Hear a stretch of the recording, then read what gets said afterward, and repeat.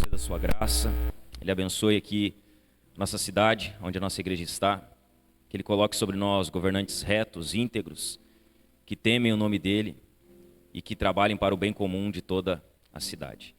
De olhos fechados, vamos orar ao Senhor. Senhor, nós oramos a Ti nessa manhã, Pai, em nome de Jesus. Nós queremos Te pedir, Senhor, nesse dia, Senhor, todo o nosso país está em dia de eleições, na nossa cidade, Senhor, é um dia de eleições, um dia onde nós vamos escolher, Senhor, aqueles que vão governar a nossa cidade por mais 4 anos, Senhor. Senhor, nós queremos Te pedir que o Senhor, em Sua graça, em Sua soberania, coloque lá, Senhor, homens, mulheres, pessoas que vão, Senhor, servir para o bem comum de toda a sociedade, Senhor. Que o Senhor coloque homens que Te temam lá, que o Senhor esteja no controle de todas as coisas. Que o Senhor conceda, Senhor, graça e sabedoria para que o Teu povo, Senhor, faça sempre a melhor escolha, pensando sempre no melhor para o todo, Senhor. Abençoa, Senhor, a nossa cidade, Senhor. Abençoa, Senhor, aqueles que vão governar a nossa cidade nos próximos 4 anos, Senhor. Que a nossa igreja, que a igreja do Senhor nessa cidade, Senhor, possa ser um instrumento, Senhor, para o bem da sociedade, Senhor, e que ela possa servir de auxílio para aqueles que governam nesse lugar, Senhor. Nós queremos Te pedir, Senhor, abençoa a cidade de Estância Velha com líderes que Te temem, com homens responsáveis, com homens que trabalham para o bem do Teu povo e de todas as pessoas dessa cidade, Senhor. Faz isso, Senhor, para a glória do nome de Jesus. Amém, meus irmãos? De em pé mesmo, você pode abrir a sua Bíblia comigo, na carta de Paulo aos Colossenses.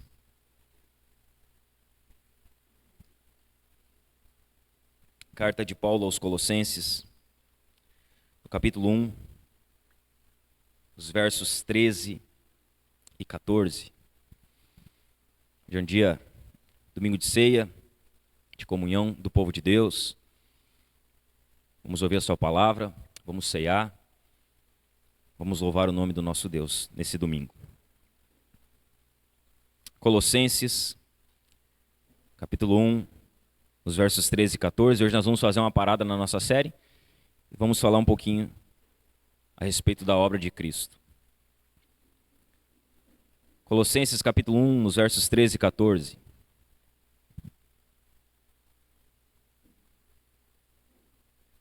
Todos encontraram? Amém? Acompanhe a leitura comigo então. Diz assim, está falando a respeito de Cristo aqui.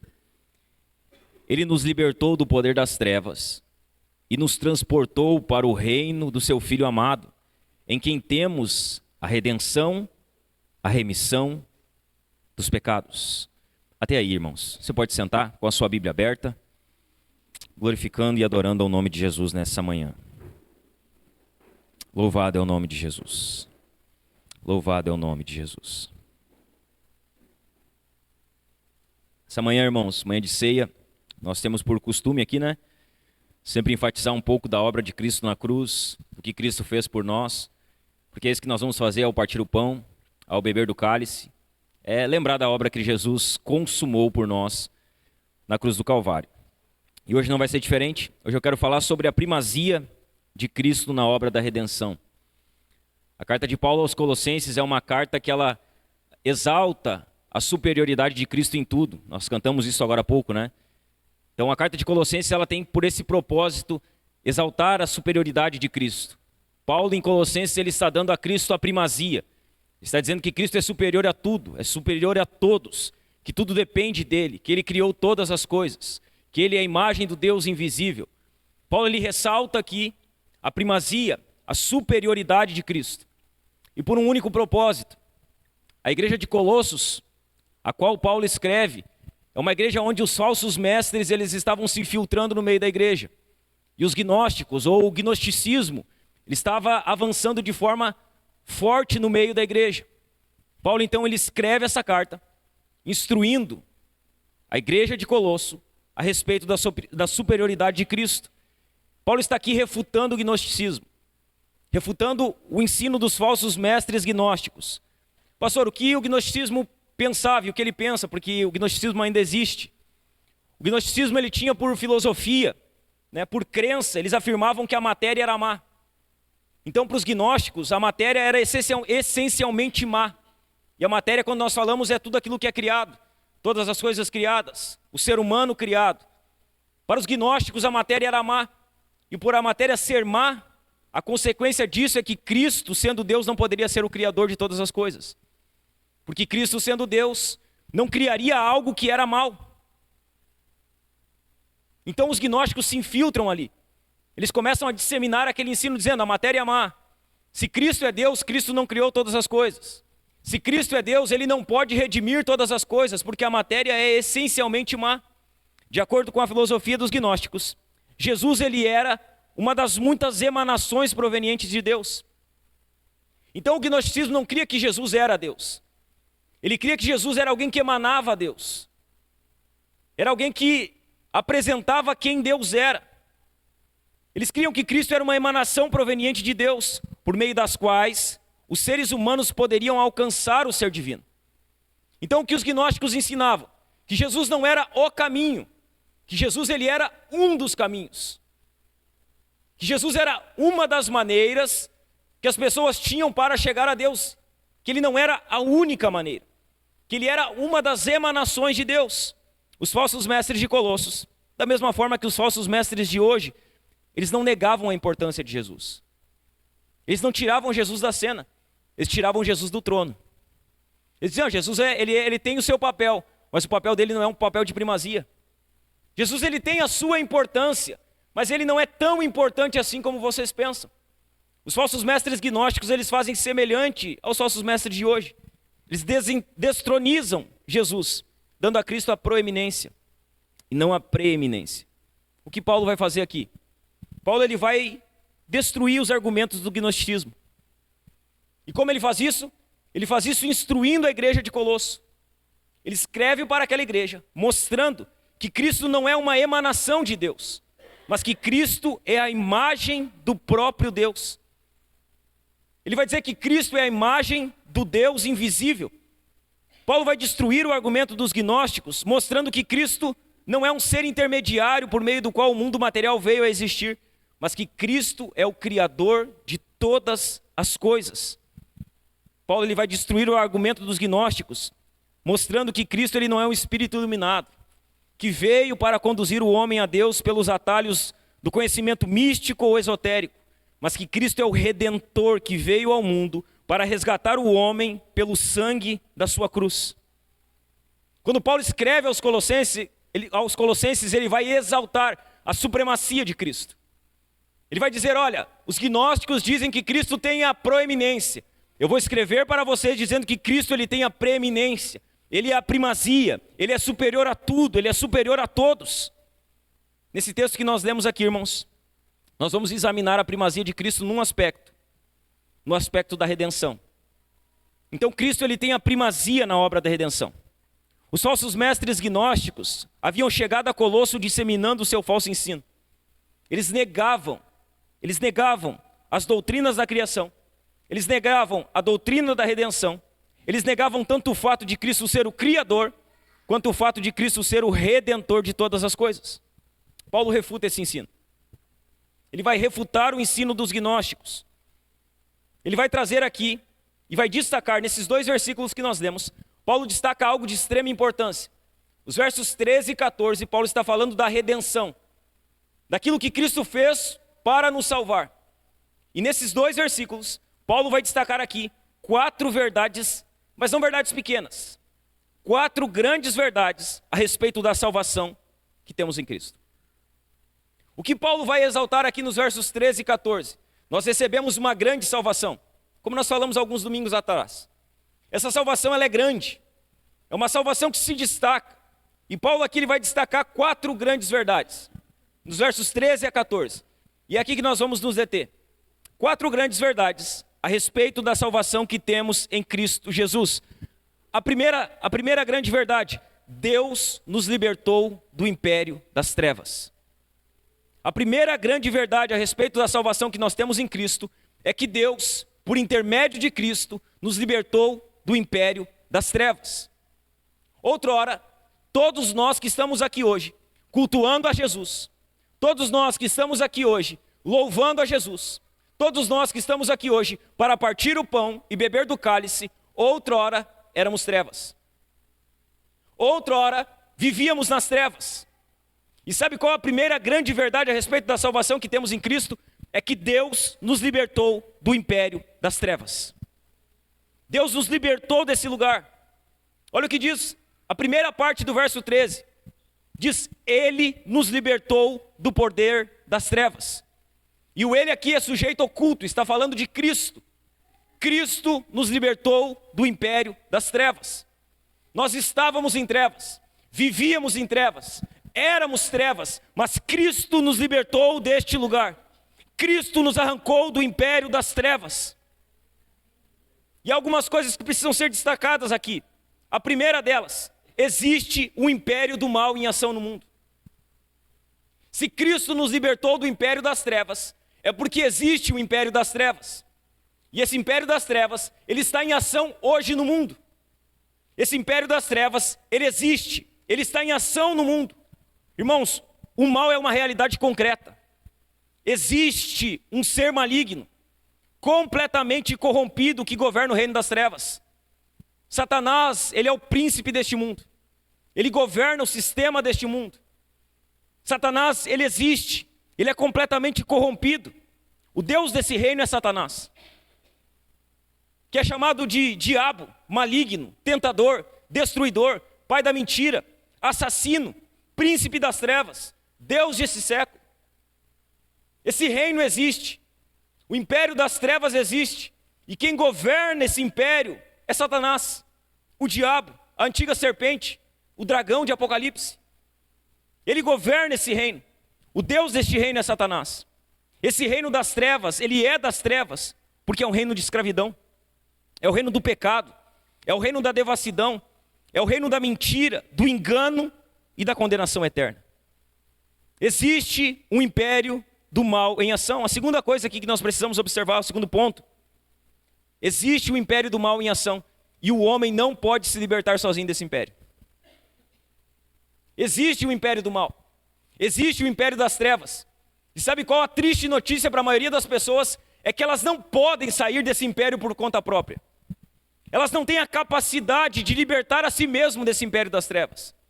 Por isso que Paulo destaca que Ele nos libertou, Ele nos transportou, Ele nos perdoou, Ele nos redimiu. O que Paulo está dizendo? Que nós não temos a condição, na nossa força humana, na nossa sabedoria humana, de sair por conta própria desse império. Nós não podemos sair por conta própria. Ninguém se livra desse império por si mesmo. O homem natural, ele é prisioneiro nesse império. Ele está preso lá. Ele está lá, sob a jurisdição da potestade de Satanás. É escravo do pecado. É escravo do diabo. O homem natural, irmãos, ele anda segundo o curso do mundo. Segundo o príncipe da potestade do ar. Segundo o espírito da desobediência, segundo o espírito que agora opera nos filhos da desobediência. O homem natural não sai por conta própria. Efésios 2:1 diz que nós estávamos mortos em delitos e pecados. Que nós éramos esses que seguem o curso desse mundo. Que seguem os conselhos do príncipe da potestade do ar. Outrora nós estávamos nesse lugar. O homem natural é absolutamente impotente para libertar a si mesmo. Ele não tem força, ele não tem condição, ele não tem capacidade de sair por conta própria desse império. O homem, ele não é libertado por vontade humana. Ele não é libertado por luta própria. Ele não é libertado por desesperados esforços. Ele não é libertado por lágrimas amargas e nem por bons propósitos. O homem natural pode ser libertado somente por um meio, por Cristo. É Cristo que liberta o homem natural do império das trevas. Foi Cristo que nos libertou do império das trevas. Não foi nós que saímos de lá. Não foi nós que escolhemos sair daquele lugar. Foi Cristo que entrou naquele lugar e nos arrancou das garras do valente. Foi Ele que nos libertou. Foi Ele que nos transportou deste lugar. O homem natural é libertado por Cristo, e somente Cristo, e ninguém mais do que Cristo. Uma terceira verdade aqui que precisa ficar clara para nós, a respeito do império das trevas do qual nós somos libertos, é que Deus é o único que pode nos libertar desse império das trevas. Ele é o único, não há outro, não há outra maneira. Somente Deus pode nos libertar desse império das trevas. A libertação vem de Cristo, meus irmãos, e não de homem nenhum. A libertação que o homem natural precisa, ela provém de Cristo e não do homem. O poder das trevas não pode ser quebrado pela força humana, mas somente pela ação divina. Somente pela graça de Deus. Somente por intermédio de Cristo Jesus. Veja bem, se Cristo, irmãos, se Cristo vos libertar, verdadeiramente sereis livres.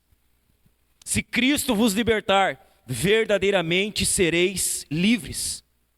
O homem que outrora estava na potestade de Satanás, ele agora é transferido para o reino de Cristo. E sabe quem faz isso? Cristo.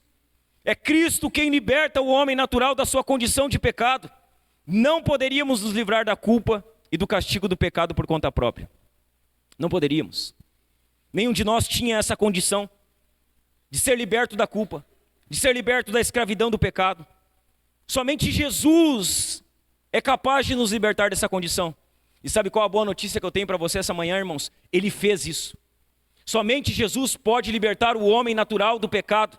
Somente Jesus pode libertar o homem natural da culpa que esmaga ele por conta do pecado. Somente Ele pode fazer. E a boa notícia que nós temos é que Ele fez, Ele faz, Ele continua fazendo. Sabe por que nós estamos aqui? Porque Ele fez. Ele nos tirou desse lugar. Ele fez na minha vida, Ele fez na sua vida. Ele trabalhou em nós. Você prestou atenção no texto? O texto diz assim: Ele nos libertou. Não diz Ele nos libertará. Não diz que um dia Ele vai fazer. Está dizendo que Ele já fez. Libertou é passado. Libertou está falando de uma obra consumada. Ele nos libertou. Ele cumpriu o seu bom propósito. O verbo libertou está no tempo passado, significando que a obra da libertação foi absolutamente consumada. Sabe qual a certeza que nós temos? Que se nós estamos em Cristo Jesus, somos libertos. Se nós estamos em Cristo Jesus, não há condenação mais para nós. Se nós estamos em Cristo Jesus, a potestade de Satanás não tem mais governo sobre as nossas vidas. Se Cristo nos libertou, verdadeiramente nós somos livres. Somos livres. Se Cristo libertou você um dia, você pode ter uma certeza: você é verdadeiramente livre. Ele consumou a obra dele na sua vida. Veja bem, irmãos, não corremos mais o perigo de passar a eternidade separados de Deus. Nós não corremos mais esse perigo. Ele nos libertou. Nós não temos mais o temor de não estar com Cristo no dia da sua vinda. Nós não corremos mais o risco de passar a eternidade separados de Deus. Nós estamos livres, amém? Livres, verdadeiramente livres. Veja bem, nada nos separará do amor de Deus. Romanos 8, nada. Nós podemos passar por dificuldades, por privações, por provações, por perdas, por luto, pela espada. Nós podemos ser privados de tantas coisas, mas nós temos uma certeza: se Cristo nos libertou, somos verdadeiramente livres. Nada vai nos separar do amor de Deus que está em Cristo Jesus. Nada. Exatamente nada. A segunda grande verdade a respeito da salvação que temos em Cristo Jesus não é apenas que Ele nos tirou do império das trevas, mas que Ele também nos transportou para o reino do seu Filho amado. Olha o que diz a segunda parte do verso 13. Diz assim: Ele nos libertou do poder das trevas e nos transportou para o reino do seu Filho amado. Essa é a segunda grande verdade a respeito da salvação que temos em Cristo. Ele não apenas nos liberta do império das trevas, Ele nos transporta para o reino do seu Filho amado. Estávamos no império das trevas, irmãos. Era nesse lugar que nós estávamos. Nós estávamos na casa do valente. Você lembra quando Jesus ele conta uma parábola que diz que o valente, ele está lá, ele está na sua casa e ele é poderoso. E aí diz que vem um mais valente, que amarra as mãos do valente. O mais valente ali é Jesus. Nós estávamos na casa do valente. Nós estávamos presos naquele lugar, acorrentados, amarrados, guardados em segurança. Nós estávamos presos pelas grossas correntes do pecado, cegos, oprimidos. Era assim que éramos. O pecado dominava as nossas vidas. Nós estávamos algemados ao pecado. A única coisa que nós sabíamos fazer por natureza era pecar. Estávamos presos, cegos, oprimidos, acorrentados, amarrados. Cristo, ele vem nas nossas vidas, irmãos. E sabe o que ele faz? Ele invade a casa do valente. Ele saqueia o seu império e ele nos liberta daquele lugar. Ele nos arranca por meio da sua graça daquele lugar. Sabe o que ele faz? Ele abre os nossos olhos. Ele tira as correntes que nos prendiam. Ele abre os portões de ferro que nos trancavam nesse reino de escravidão. E agora ele nos faz sair para uma nova vida. Ele faz isso em nós. Ele fez isso nas nossas vidas, para o seu povo, para a sua igreja. Deus não apenas nos tirou da região da morte, como também nos transportou para dentro do reino da luz, para dentro do reino do seu Filho amado. Ele nos transportou, irmãos, das trevas para a luz, da escravidão para a liberdade, da condenação para o perdão, do poder de Satanás para o poder de Deus. Ele fez isso por nós. Ele fez isso nas nossas vidas. Ele nos transportou do reino das trevas para o reino do seu Filho amado. E essa implicação, essa verdade, irmãos, ela traz dois resultados consigo. Quando Cristo transporta, quando Ele liberta uma pessoa, Ele transporta essa pessoa do reino das trevas para o reino do seu Filho amado. Dois resultados, eles podem sempre ser observados a partir disso. O primeiro deles, o primeiro resultado a partir desse translado que Cristo faz do reino das trevas para o reino da luz. O primeiro resultado é que a salvação resulta em uma mudança radical de domínio sobre a nossa vida. Então nós estávamos no reino das trevas. Cristo, Ele nos transporta, Deus, Ele nos transporta para o reino do seu Filho amado. A primeira verdade, o primeiro resultado é que essa salvação, ela vai resultar em uma mudança radical do domínio sobre a nossa vida. Quando estávamos no reino das trevas, estávamos sob o domínio de Satanás. Agora fomos transportados para o reino do seu Filho amado e o domínio das nossas vidas mudou. O domínio das nossas vidas, ele é trocado. Antes estávamos no império das trevas, sob o domínio cruel e opressor de Satanás. Nós estávamos no cativeiro do diabo. Esse era o lugar que nós vivíamos, mas agora nós estamos livres. Agora nós somos livres. Agora nós estamos livres e salvos. Fomos não apenas libertos do império das trevas, mas transportados para o reino da luz. Agora Cristo e não Satanás domina sobre nós. Sabe quem governa a vida de um cristão? Cristo. Sabe quem reina na vida de um cristão? Cristo. Sabe quem controla a vida de um cristão? Cristo. Não Satanás. Não estamos mais debaixo do domínio de Satanás. Agora é Cristo e não Satanás que domina sobre nós. Agora, irmãos, nós temos outro dono. E o nosso dono é Cristo. Agora nós temos outro Senhor. E o nosso Senhor é Cristo. Agora nós estamos dentro de outro reino. E não é um reino de trevas. É um reino de paz, alegria. É um reino de luz. É o reino do seu Filho amado. O primeiro resultado que esse translado do reino das trevas para o reino da luz traz sobre a vida de um cristão é que muda o domínio sobre a sua vida. Ele não é mais dominado por Satanás, ele é dominado por Cristo agora. Um segundo resultado que acontece nesse translado. A salvação resulta em uma mudança radical de devoção do nosso coração.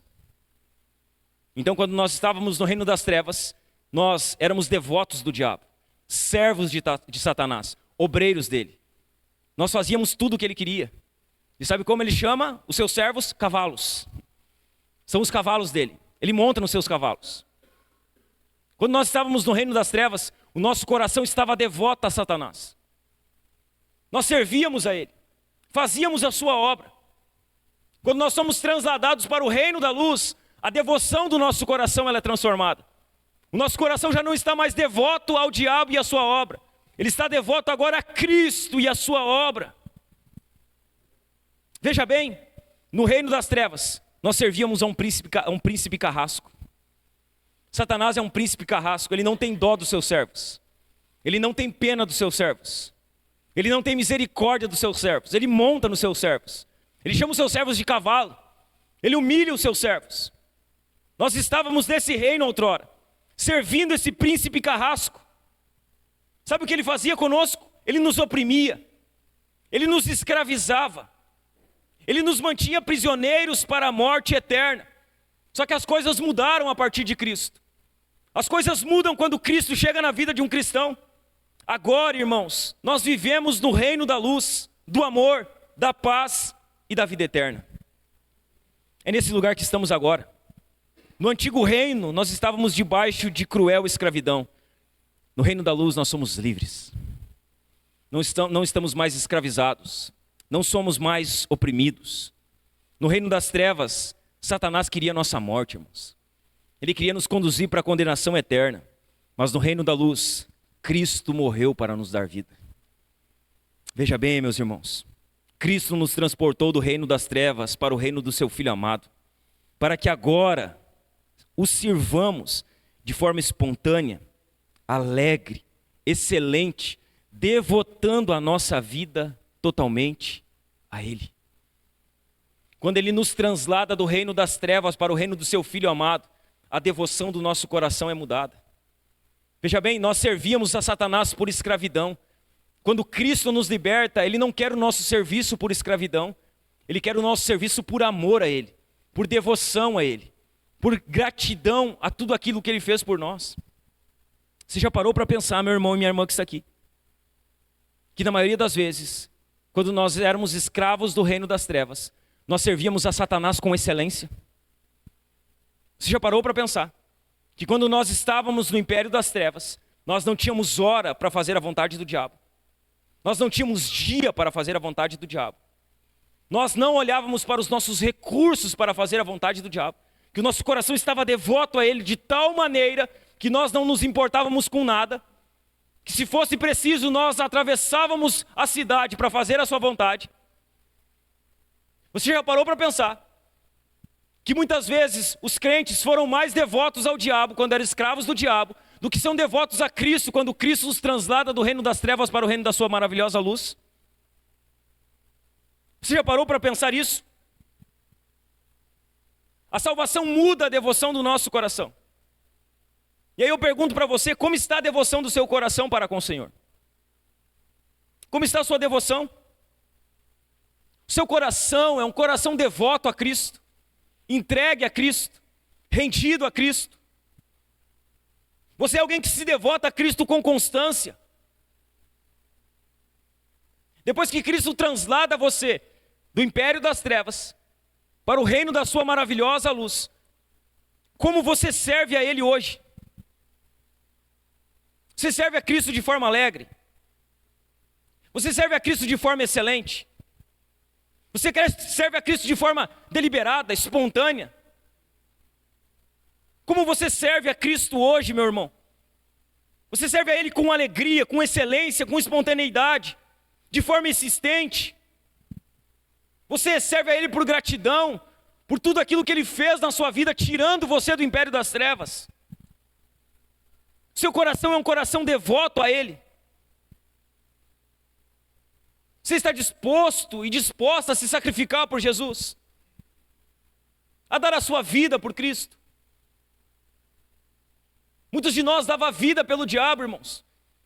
E aí a gente acha, não dava vida pelo diabo. Quando nós estávamos fora de Cristo, longe de Cristo, ainda que a gente não compreendesse o que estava fazendo para o diabo.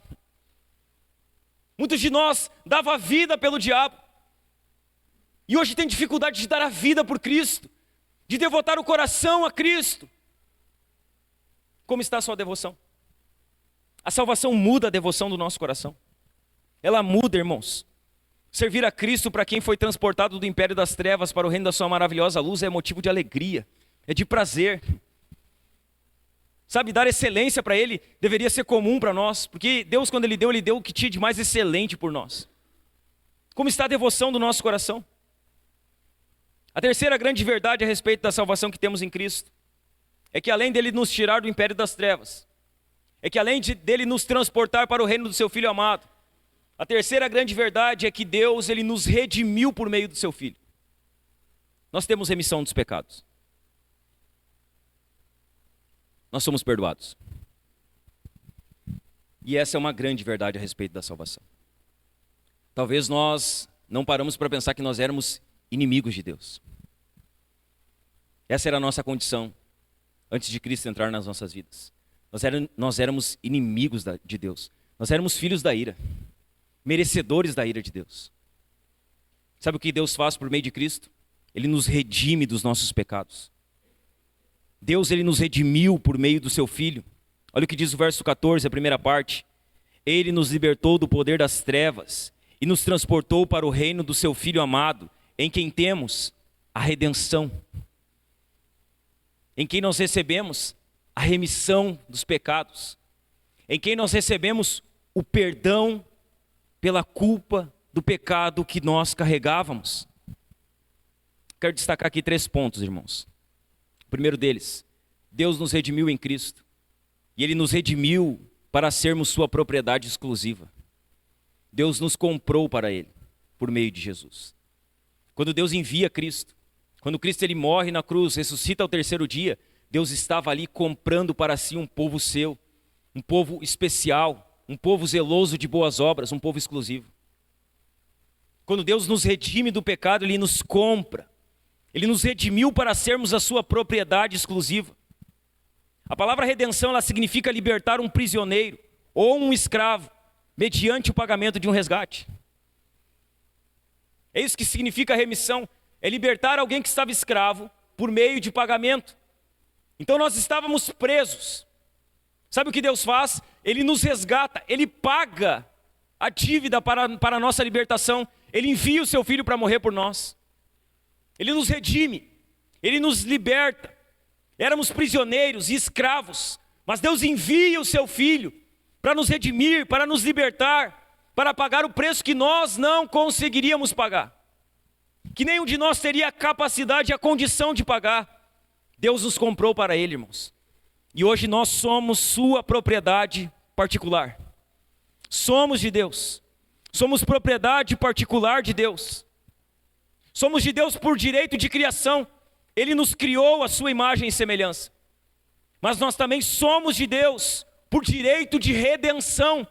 Ele nos comprou com o sangue do seu Filho amado, e nós somos dele. Não pertencemos mais ao império das trevas, não somos mais de nós mesmos, somos propriedade exclusiva do Deus Santo. Nós somos sua propriedade, somos propriedade de Deus. Veja bem, irmãos, o resgate pago por Cristo no Calvário nos redimiu, pagou a nossa dívida, não há mais condenação para nós. Cristo nos comprou, não há mais condenação para nós, irmãos.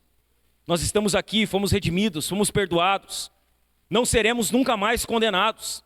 Essa não é uma hipótese, não é uma suposição, é uma certeza que o verdadeiro crente tem, que ainda que ele peque, não há condenação mais para ele. Que ainda que ele caia uma hora ou outra na sua vida, não há mais condenação para ele. Por quê? Porque Cristo comprou ele, porque Deus comprou ele com o sangue do seu Filho Jesus Cristo. Não há mais condenação. E não sou eu que digo isso, é a própria Escritura. Olha o que diz Romanos capítulo 8, versículo 1. Agora, pois, já não existe nenhuma condenação para os que estão em Cristo Jesus. Não há nenhuma. Fomos justificados por Cristo. Continuamos sendo pecadores aqui, mas diante de Cristo, justificados. Os nossos pecados não nos condenam mais, irmãos. Aquilo que fazemos de errado hoje não é mais um meio para nos levar ao inferno. Por quê? Porque Cristo nos comprou com o seu sangue. Ele nos redimiu. Ele perdoou os nossos pecados. Olha o que diz Romanos capítulo 8, dos versos 31 a 34. Que diremos então à vista dessas coisas? Se Deus é por nós, quem será contra nós?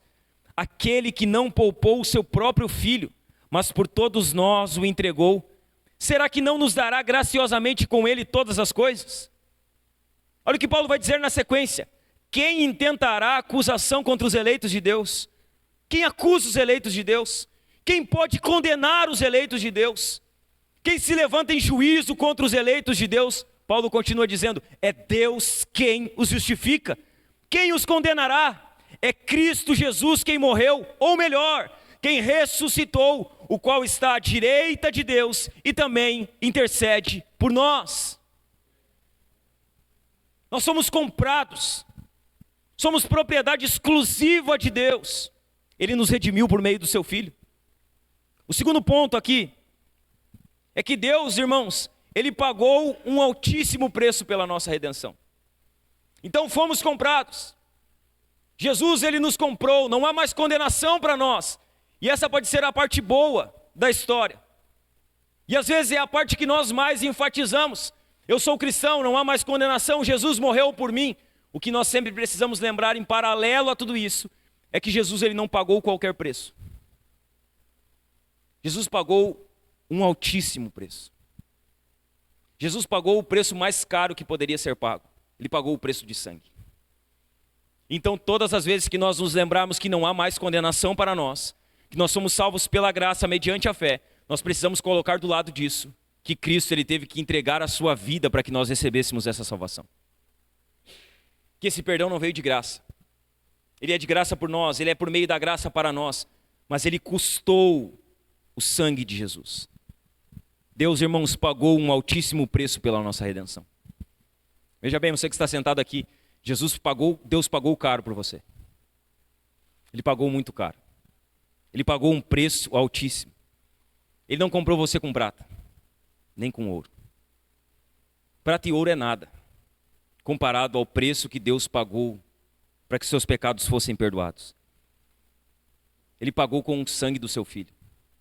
Deus, Ele precisou enviar o seu Filho em forma humana para que morresse pelos nossos pecados. Ele pagou um altíssimo preço. 1 de Pedro, no capítulo 1, dos versos 18 e 19, diz assim: sabendo que não foi mediante coisas perecíveis, como prata ou ouro, que vocês foram resgatados da vida inútil que seus pais lhes legaram, mas pelo precioso sangue de Cristo, como de um cordeiro sem defeito e sem mácula. Olha o que Pedro diz: vocês legaram um estilo de vida inútil dos seus pais, da sua família natural, da vida que vocês levaram antes de Cristo. Jesus, Ele vem para resgatar vocês desse estilo de vida. E Ele não faz isso mediante ouro e prata. Ele faz isso por meio do seu sangue precioso. É por meio do precioso sangue de Jesus, como de um cordeiro sem defeito e sem mácula, que nós somos redimidos, que os nossos pecados foram perdoados, que a nossa conta foi zerada. A nossa conta era alta, irmãos. Era uma conta impagável. Jesus, Ele quita essa dívida por meio do seu sangue. Ele entrega a sua vida, Ele morre. Ele vai para o matadouro como uma ovelha muda, sem defeito, sem mácula. Só isso aqui, irmãos. Só isso aqui, só esse texto aqui. Só esse versículo de 1 Pedro, dos versos 18 a 19 do capítulo 1, deveria ser suficiente para que cada um de nós fizesse um autoexame de como nós temos levado a nossa vida com Deus, com a igreja e com os nossos irmãos. Só isso aqui seria suficiente. A gente olhar para o texto e dizer: Jesus morreu. Ele deu a sua vida. Ele não me comprou com dinheiro perecível. Ele me comprou com o seu sangue. Nós deveríamos olhar para isso e pensar: como eu tenho levado a minha vida com Deus? Um Deus que deu tudo que tinha para me resgatar da minha condição caída que estava. Como eu tenho levado a minha vida com a igreja? Porque afinal de contas, Jesus, Ele morreu pela igreja. Por um povo exclusivo. Por um povo específico. Por um povo separado. Ele morreu pela igreja. Ele derramou seu sangue pela igreja. Como eu tenho levado a minha vida com a igreja? Com os meus irmãos? Somente esse texto aqui deveria nos fazer olhar. Hoje é manhã de a gente fazer um autoexame, né? A gente vai ceiar e antes de ceiar a gente precisa fazer um autoexame. É a instrução de Paulo a respeito da ceia. Que a gente deve olhar para nós mesmos, ver onde a nossa vida está errada e consertar. Acho que esse texto aqui é um texto bem específico para isso. Como eu tenho levado a minha vida, com Deus, com a igreja, com meus irmãos. Jesus, Ele derramou o seu sangue por mim. Será que eu tenho levado a minha vida com Deus da forma correta? Será que eu tenho levado a minha vida com a igreja com a qual eu congrego, com os meus irmãos da forma correta? Deus, irmãos, não poupou o seu próprio Filho. Ele o entregou por todos nós. Pelo seu sangue, nós somos resgatados da morte para a vida. Nós somos resgatados da escravidão para a liberdade. Por meio do sangue de Jesus, nós somos resgatados da potestade de Satanás para o seu reino glorioso, irmãos. E isso é maravilhoso, isso é graça. Deus, Ele pagou um alto preço pela sua redenção. Um preço caro. não para que você viva a sua vida de qualquer maneira. Não. Jesus não morreu para que você leve a sua vida do seu jeito, de qualquer maneira. Ele morreu, ele derramou o seu sangue para que você viva a sua vida a partir de agora para a glória dele. E esse deve ser o alvo da sua vida. O alvo da vida de um crente redimido é viver e fazer todas as coisas para a glória de Deus. Quer ele coma, quer ele beba, quer ele faça qualquer outra coisa, porque Cristo redimiu dos seus pecados, ele tenta e busca fazer isso para a glória de Deus. Esse deveria ser o alvo da nossa vida. Glorificar a Deus, honrar a Deus com tudo aquilo que fazemos, viver a nossa vida não mais de qualquer maneira, mas para a glória de Deus. Um terceiro ponto importante aqui a respeito da remissão que recebemos e desse altíssimo preço, é que às vezes há uma confusão. A gente acha que o nosso débito era com o diabo. E aí a gente acha que Deus ele envia Jesus para pagar o diabo. E não é. Nós não tínhamos um débito com o diabo. Nosso débito era com o próprio Deus. Veja bem, irmão, se o nosso problema fosse com o diabo, talvez não seria tão difícil. Mas nosso problema era com Deus. Nós éramos merecedores da ira de Deus, não da ira do diabo. Quando Deus ele paga o alto preço, ele não paga a Satanás. Ele paga a si mesmo. É isso que acontece na redenção. Deus não está pagando a Satanás um preço alto. Deus ele está pagando a si mesmo um preço alto. O nosso débito era com Deus Santo. Nós pecamos contra o Deus Santo. Nós éramos inimigos de Deus. Nós estávamos em rebelião deliberada contra Deus. É um grande engano e uma heresia grosseira, irmãos, afirmar que Deus pagou o preço da nossa redenção a Satanás. Isso é um engano e uma heresia. Satanás não é dono de nada. Ele tem a sua influência, ele é o príncipe desse mundo, mas ele não é dono de nada. Ele não manda em nada. Ele nunca foi dono de nada e ele nunca será dono de nada. Satanás ele tem o seu raio de influência. Ele tem poder, ele é astuto, mas ele só age debaixo da permissão de Deus. O que Satanás faz? Ele faz o que Deus deixa ele fazer. Se Deus restringe a ação dele, ele não faz. Nós achamos que a nossa dívida é com o diabo, que o nosso problema é com o diabo, que Jesus nos tirou do mundo para a igreja por causa do diabo. Não. Nós somos salvos do próprio Deus. Nosso problema era com o próprio Deus. O preço foi pago para o próprio Deus, não para Satanás. Como Deus é justo, Deus é justo. E como Ele é justo, e nós somos pecadores, nós não poderíamos ser justificados sem que a lei fosse cumprida e a justiça de Deus fosse satisfeita. Então Deus ele é justo, Deus ele é santo, e nós somos pecadores. Nós, na nossa natureza caída, não tínhamos a condição de cumprir a lei perfeita de Deus e de satisfazer a justiça de Deus. Por isso, Deus envia o seu Filho, na semelhança humana, mas não mais com a natureza caída que nós tínhamos, a maioria de nós tem, ainda habitando em nós. Cristo vem sem essa natureza, Cristo vem sem essa influência, Cristo cumpre a lei perfeitamente. E quando Cristo vai para a cruz, ali Cristo ele satisfaz a justiça do próprio Deus. Nosso problema era com Deus. E o que Deus faz? Deus ele providencia um substituto perfeito, o seu próprio Filho, para morrer em nosso lugar e em nosso favor. Isso é o Evangelho. Aqui nós estamos falando do que significa Evangelho na sua raiz. Somos pecadores, totalmente depravados. Não tínhamos condição de sair do cativeiro em que estávamos. Não conseguiríamos cumprir a lei de Deus perfeitamente. Não éramos capazes de satisfazer a justiça de Deus. Então o próprio Deus providencia o sacrifício perfeito. Ele envia o seu Filho em forma humana, o substituto perfeito. E o seu Filho morre em nosso lugar e em nosso favor. E ali nós somos redimidos. Ali a lei de Deus é cumprida perfeitamente. E ali a lei de Deus, a justiça de Deus é satisfeita por meio de sua morte e ressurreição. Jesus ele cumpriu os requisitos sagrados da lei de Deus. Deus, irmãos, ele propiciou a si mesmo pela morte de Cristo. E agora ele pode ser assim o justo e justificador do pecador que crê em seu Filho. E isso é maravilhoso. Ele nos redimiu. E a pergunta que eu faço para você: quando você ouve que é perdoado, quando você ouve que Jesus derramou o sangue dele por você, quando você ouve que o preço que Deus pagou foi altíssimo, isso ainda quebranta você? Isso ainda mexe com o seu coração? Isso ainda faz com que você seja alguém grato. Você está ouvindo aqui, Deus me perdoou, Ele me justificou, Ele enviou o seu filho, Ele pagou um alto preço. Essas verdades ainda quebrantam você.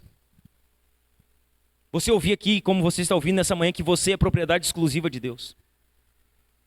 Você saber do preço que Ele pagou para a sua redenção. Você saber que você foi livre da ira de Deus. Você era alvo da ira de Deus. Eu era alvo da ira de Deus. Todos nós éramos alvos da ira de Deus. E Deus, Ele envia o seu Filho e Ele nos livra dessa ira vindoura. Quando você ouve isso, que você é livre da ira de Deus, essas verdades, elas mexem com você ainda, irmão. Elas quebrantam você. Elas fazem com que você se volte para Deus em louvor, em gratidão, dizendo: obrigado, Senhor. Eu não era digno de nada, merecedor de nada. Eu era merecedor da tua ira, mas o Senhor teve graça. O Senhor teve misericórdia da minha vida. Isso ainda mexe com o seu coração. Isso ainda faz com que você se torne alguém quebrantado. Isso enche seu coração de alegria, de louvor, de júbilo. Obrigado, Jesus. Eu sei que estou aqui, eu sei que eu não mereço estar aqui. Eu sei que eu fui salvo e eu sei que eu não merecia ser salvo. Eu sei que eu era alvo da ira de Deus e sem merecimento o Senhor me livrou da ira vindoura. Essas verdades, elas mexem com você ainda, irmãos. A quarta e última grande verdade a respeito da salvação que temos em Cristo é que Deus nos perdoou por intermédio do seu Filho. Nós somos perdoados. Ele nos libertou do poder das trevas e nos transportou para o reino do seu Filho amado, em quem temos a redenção, a remissão dos pecados. Então veja bem, além do resgate, além do transporte para o reino de Cristo, além da redenção realizada no passado e no presente, nós ainda temos o perdão dos nossos pecados. Por graça, nós temos perdão. E aqui nós vamos encerrar falando sobre 4 verdades a respeito do perdão que recebemos. 4 verdades a respeito do perdão recebido por intermédio de Cristo. A primeira delas é que o perdão, ele removeu a barreira entre o Deus Santo e o homem pecador. Veja bem, havia um abismo entre nós. Havia uma barreira entre nós. Nós estávamos de um lado, Cristo estava do outro lado do abismo. Nós estávamos separados de Cristo. Quando nós recebemos o perdão por intermédio de Cristo, essa barreira cai. Esse abismo, irmão, ele deixa de existir. O perdão, ele remove a barreira entre o Deus Santo e o homem pecador. Sabe o que é a igreja? A igreja, irmãos, é a comunidade dos perdoados. Hoje nós estamos aqui reunidos, e aqui está a comunidade dos perdoados. A comunidade daqueles que foram perdoados por Cristo. Sabe qual é a grande verdade? É que somente pessoas perdoadas por Jesus entrarão no céu. O céu pertence para aqueles que foram perdoados por Cristo por meio da graça, somente. E a igreja é essa comunidade dos perdoados. O pecado, ele faz separação entre nós e Deus. Deus, ele é luz. Não há trevas em Deus. Não há nenhum tipo de treva em Deus. Deus, ele, porém, nos perdoou de todos os nossos pecados. A nossa dívida foi paga. A nossa culpa foi cancelada. E a nossa justificação foi declarada. Deus, ele paga esse preço. Ele perdoa todos os nossos pecados. A palavra perdão, ela significa mandar embora ou cancelar uma dívida. Então é isso que Cristo faz. Ele manda embora toda a culpa. Ele cancela toda a dívida que nós tínhamos para com Deus. Cristo cancelou nossa dívida como escravos do pecado. Ele cancelou essa dívida. Nossos débitos, irmãos, não podem mais nos escravizar. Não nos tornamos mais escravos do pecado, do diabo. A barreira entre o Deus Santo e os pecadores foi removida. E isso é maravilhoso. Uma segunda verdade a respeito do perdão é que o perdão, ele constrói o caminho de um novo relacionamento com Deus. Então o nosso relacionamento com Deus era um relacionamento quebrado. Ele inexistia por conta do pecado. Quando nós somos perdoados, o perdão, ele reconstrói esse caminho. Um caminho de um relacionamento restaurado com Deus. Por meio do perdão dos pecados, o nosso status muda. Sem Cristo, o nosso status era réus condenados. Sabe quem éramos sem Cristo? Réus condenados. Quando somos perdoados dos nossos pecados, o nosso status muda. De réus condenados, nós passamos a ser agora filhos amados. Deixamos de ser réus condenados e nos tornamos filhos amados. Continuamos pecadores, mas agora redimidos. Ah, pastor, então Jesus me perdoa, eu não peco mais, você peca. A questão é que agora o seu pecado ele deve levar você sempre ao arrependimento, sempre à busca pelo perdão de Cristo. O seu pecado ele não vai afastar você de Cristo, ele não vai impedir você de ser salvo. Eu não estou dizendo aqui que você pode pecar deliberadamente, porque se você pecar deliberadamente significa que você não é um salvo. Um salvo peca e se arrepende. Um salvo peca e chora pelo seu pecado. Um salvo quando peca ele já peca se arrependendo, porque o Espírito Santo não deixa com que ele peque em paz. Então não estou dizendo aqui que você pode pecar e não vai acontecer nada, porque um crente nunca peca pensando que nada vai acontecer. Um crente sempre que peca sabe que haverá uma consequência. Sempre que peca ele sabe que aquilo haverá um resultado sobre aquilo que ele está fazendo. E veja bem, ele colherá o fruto daquilo que ele semeou. Se ele semeou o pecado, ele colherá a consequência do pecado.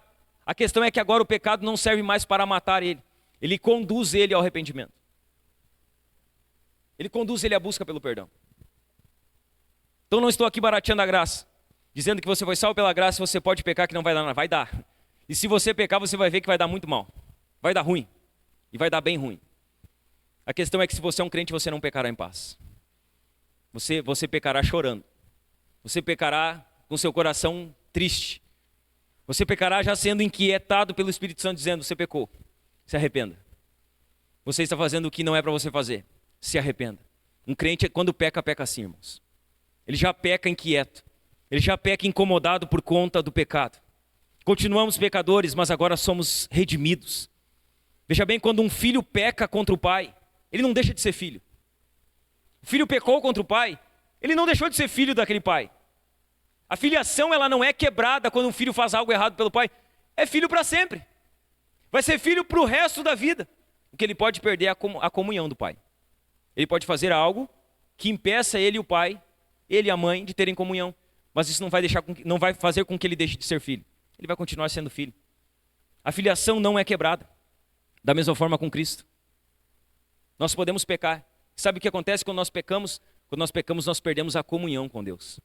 E por isso Jesus, quando ensina a orar, diz que a gente deve nos arrepender e pedir perdão todo dia, para que a comunhão com Cristo seja restaurada diariamente, para que a gente mantenha o nosso relacionamento de intimidade, de devoção, de busca com Cristo diariamente.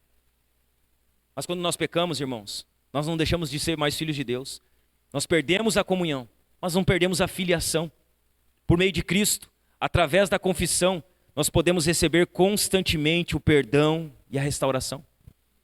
Então nós pecamos, e quando nós nos arrependemos do nosso pecado, o que acontece? Somos perdoados, e a nossa comunhão com Deus é restaurada. Por isso você precisa se arrepender quando você peca. Se você não se arrepende, cada vez você se afasta mais. Veja bem, a causa de você não orar é talvez porque você não tem se arrependido dos seus pecados. A causa de você não ter prazer nas Escrituras é talvez porque você está pecando e demorando demais para se arrepender.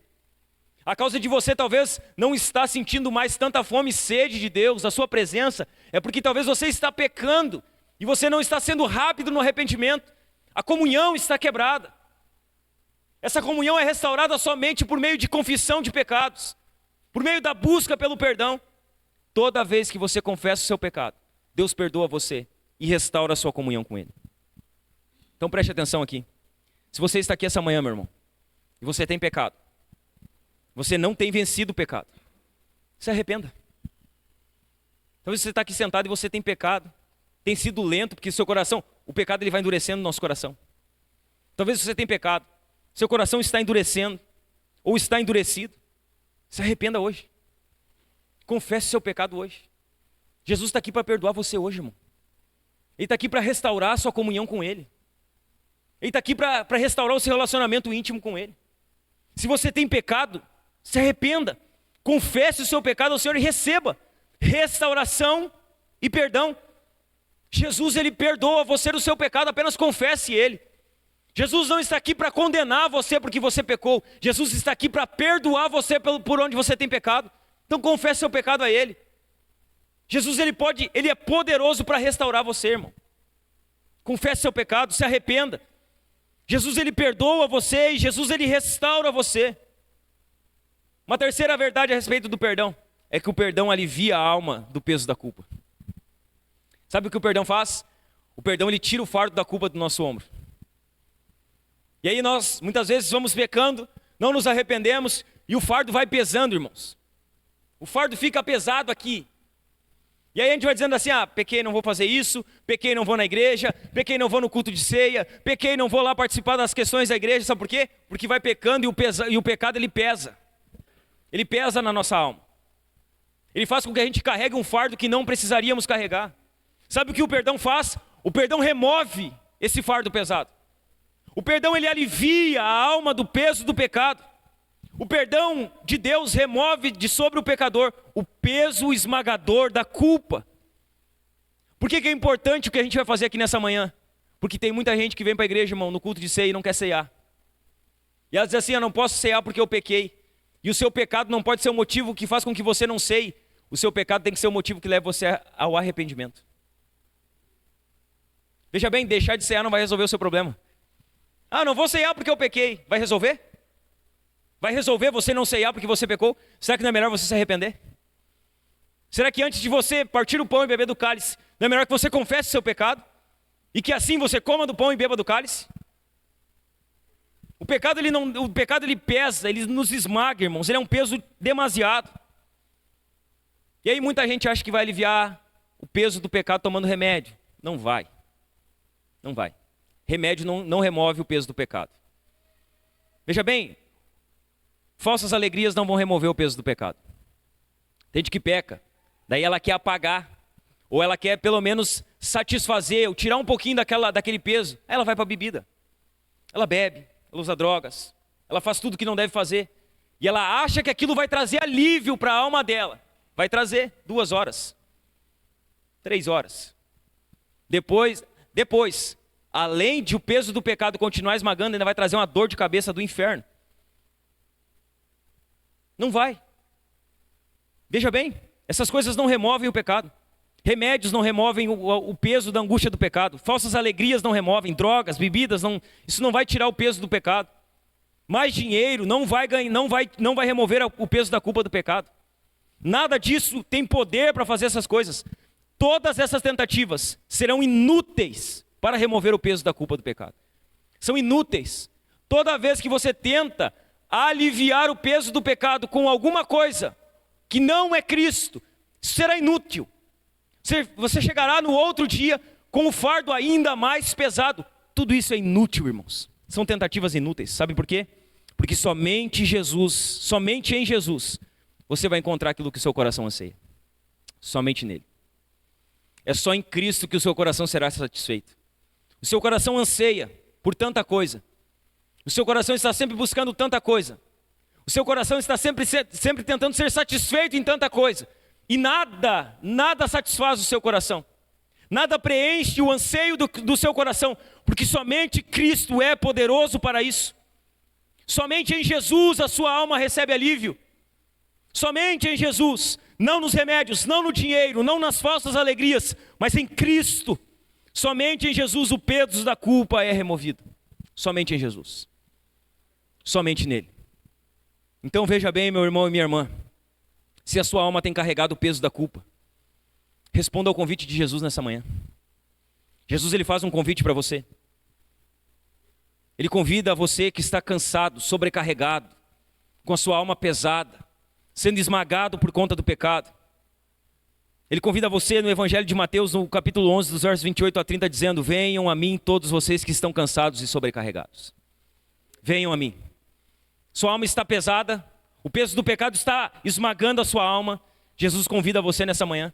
Venha a mim, você que está cansado e sobrecarregado, e eu os aliviarei. Tomem sobre vós o meu jugo e aprendam de mim, porque sou manso e humilde de coração. E somente assim vocês encontrarão descanso para a sua alma, porque o meu jugo é suave e o meu fardo é leve. Talvez você está esmagado. O peso da culpa tem esmagado a sua alma.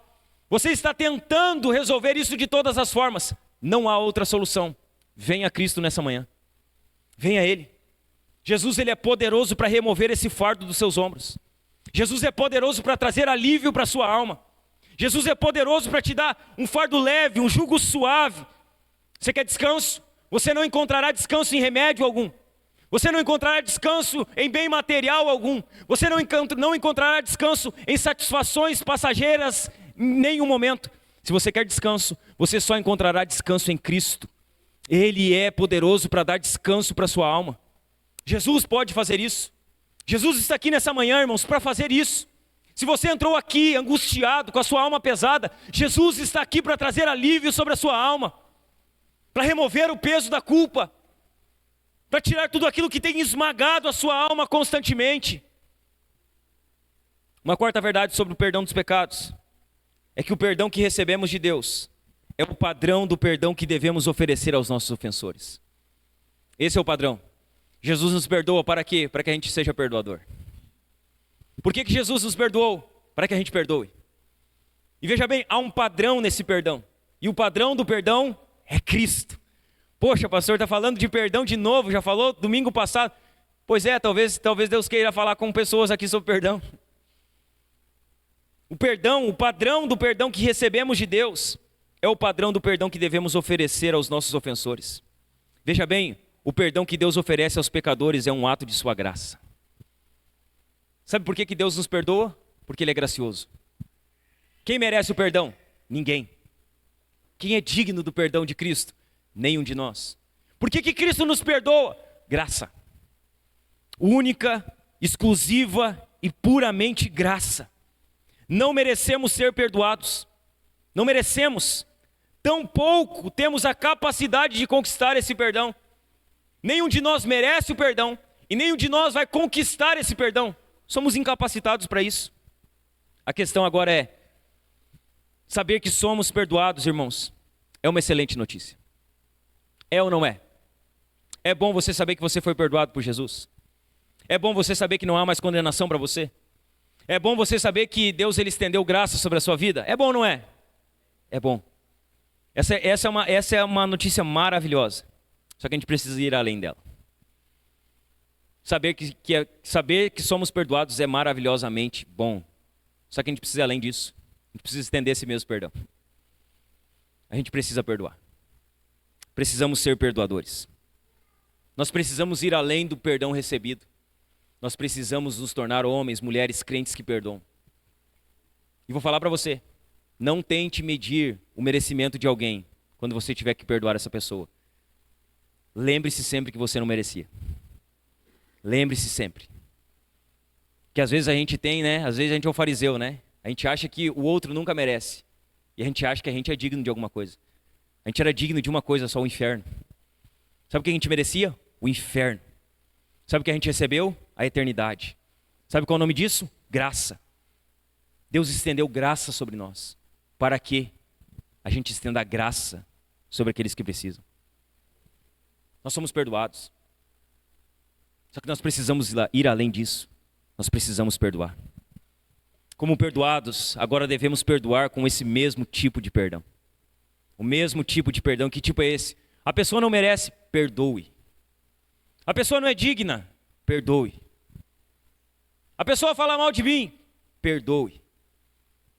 Ah, mas ela não é digna do meu perdão, perdoe. Esse é o padrão. Existe um padrão para o perdão, e o padrão é Cristo, não você. Existe um padrão para o perdão, e o padrão não é a sua justiça própria. É Cristo. Existe um padrão para o perdão, e o padrão não é o que você pensa ou quem você acha que merece perdão. O padrão é a cruz. O padrão é o próprio Cristo. Que embora sendo Deus, não tomou por usurpação ser igual a Deus. Que se tornou igual a nós, semelhante na forma de homem. Que foi obediente até a morte, morte de cruz. Que naquela cruz satisfez a justiça de Deus. Cumpriu plenamente a lei de Deus. Remiu os nossos pecados. Nos comprou para o próprio Deus. Esse é o padrão. Então deixa eu falar algo para você. Se você tem dificuldade de perdoar, a primeira coisa que você precisa parar de fazer é de olhar para a pessoa que precisa do perdão. E começar a olhar para o Cristo que perdoou você. Olhe para o Cristo que perdoou você. Não, mas eu estou olhando a pessoa. Não. Tira o olho da pessoa. Olhe para Jesus. Toda vez que você achar que alguém é indigno, olhe para Cristo e veja, eu não era digno. Eu não era merecedor disso aqui. Eu não merecia nada e Ele me perdoou. Quem sou eu? Quem eu penso que eu sou para não perdoar uma pessoa? Quem eu penso que eu sou? Quem eu penso? Será que nós somos melhor que Cristo? A resposta é óbvia, não. Cristo nos perdoou, então perdoa, irmão. Seja perdoador. Se você precisar sair daqui hoje e perdoar quem fez mal para você, vai e peça perdão. Como eu falei domingo passado aqui, talvez você vai pedir perdão e a pessoa não vai dar nem bola para o que você está fazendo. Talvez para a pessoa não vai fazer diferença nenhuma o perdão que você estendeu a ela, mas para você vai fazer diferença. Na sua vida vai fazer diferença. Vai fazer diferença para você, para a sua família, para os seus filhos, para os seus relacionamentos. Sabe por que muita gente está sofrendo? Porque não aprendeu a perdoar. Sabe por que tem muita gente doente? Porque não aprendeu a perdoar. Sabe por que tem muita família destruída e casamento destruído? Porque não aprenderam a perdoar. Sem perdão tudo vai por terra, irmãos. Há um padrão. O padrão é Cristo. Nós somos perdoados por Cristo para também estendermos o perdão aos outros. Quem você precisa perdoar que não está aqui? Quem você precisa procurar para consertar que está quebrado? Para quem você precisa estender o perdão?